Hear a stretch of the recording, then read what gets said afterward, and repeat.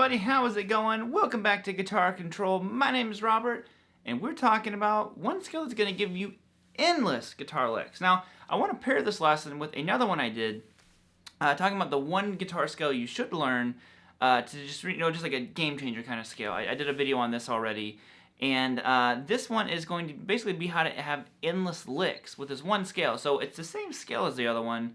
It's our G major scale. So basically, if you don't know it, it would look like this. And we're going to be breaking that down. Now, you can grab tabs for this lesson and all the stuff I'm going to be talking about over on our website. Hit the subscribe button while you're hanging out down in the description looking for them tabs, and we're going to go ahead and get started. Okay, so let's dive on into this. So what was I talking about here? So let's go ahead and break down our G major, or G Ionian mode, is what it's known as. So we're going to go like this. It's going to go 3-5-7 on the low E, 3-5-7 on the A, 4-5-7 on the D and G, and then 5-7-8 on the B and high E.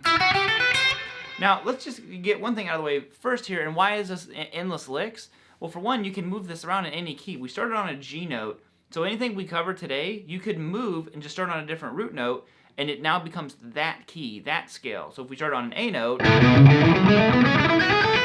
do the same pattern, it's now an A major, or you could do D, E,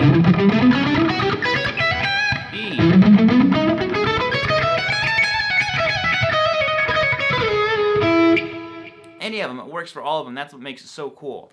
So how do we have endless licks out of this? Well, basically with all these different note combination possibilities, we can take a lot of these normal pentatonic ideas, or just like rock licks that you have. So a common one would be, one like I'm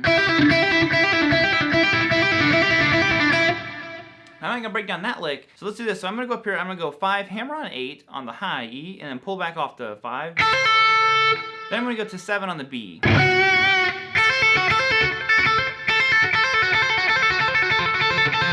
Now that's a lick right there.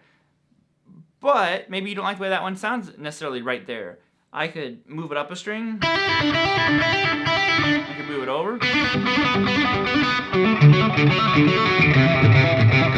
I'm taking the same principle in all of these. I'm just starting on a string, and I do like 5-8-5 on the B, and then I go to 7 on the G. Or I start on the G, and I'm going to go 4-7-4, and 5 on the D. A lot of times it's about taking your same patterns and moving it around and kind of making it fit in the scale to figure out how the sound is going to play out to your ears. Because like I said, to me, I like these a lot.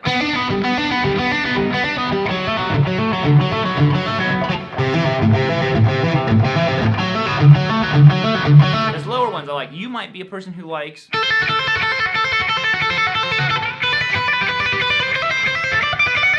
the higher ones. That's totally fine.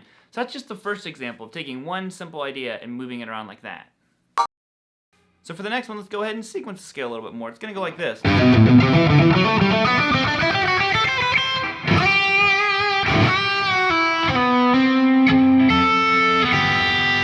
Something like that. I was like, wait, where was I going with this lick? So what's happening here? So I'm playing a single pattern across all the strings again, but certainly in a different manner than the other one. This one I'm going to go 3 on the low E string, then I go 7-5-7.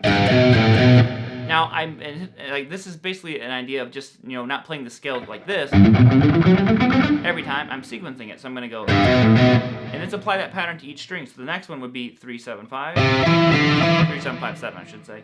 Then you're going to go 4-7-5-7. Same on the G. 5-8-7-8. Same on the high E. 5-8-7-8. So.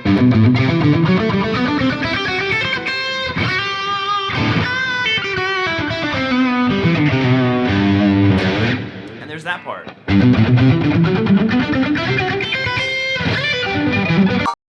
Okay, so let's do one more, and basically what I'm going to be taking you here is a similar idea. So a lot of these ideas are taking a shape and moving it through the scale, to make it just to basically accommodate the way that you want the scale to sound. Now, one thing is important that, just kind of like in the first lick, it doesn't have to always be straight through the scale. It doesn't have to be using all the notes that are available to you. Sometimes it sounds really cool to cut out a few notes. Like the second one we did, we used all the notes.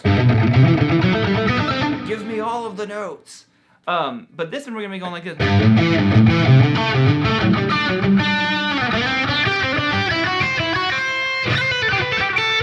So what's happening here? Well, they're kind of like little arpeggios, just like in the first one is basically like kind of like an arpeggio. It gets more arpeggiated as you get like lower in the scale. That's probably why I like them. I like the way those sound so much. Basically, we're gonna go like this. So we're gonna go 3 to 5 on the low E string, and then 7 on the A. And you get a nice like interval between your notes there that isn't. Like that's right in line. I like that sound a lot. I'm gonna take that same idea and move it down. So 3, 5 on the A, and then 7 on the D. 4, 5 on the D to 7 on the G. And I'm gonna go 5, 7 on the G to 8 on the B. 5, 7 on the B, and then 8 on the high. And that's it.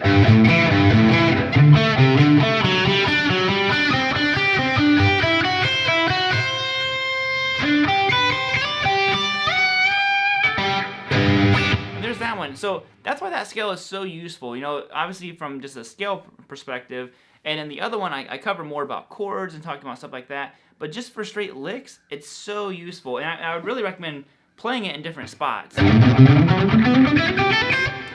Figure out like, okay, well I'm starting on G note, so what if I start on G note up here? Now we have a whole new area to explore. Maybe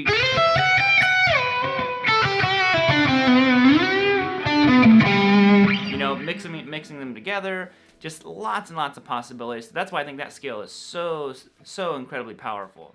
Alright guys, that will be it for today. Hope you enjoyed the lesson. If you would, go over and snag those tabs from the website. Hit the subscribe button. If you're feeling it, check out these videos right over here. And smack your guitar and make it ring out so it annoys everybody. And until next time, hey, I basically just described my whole playing style. I will see you all next time. Have a good rest of the day. Later, guys.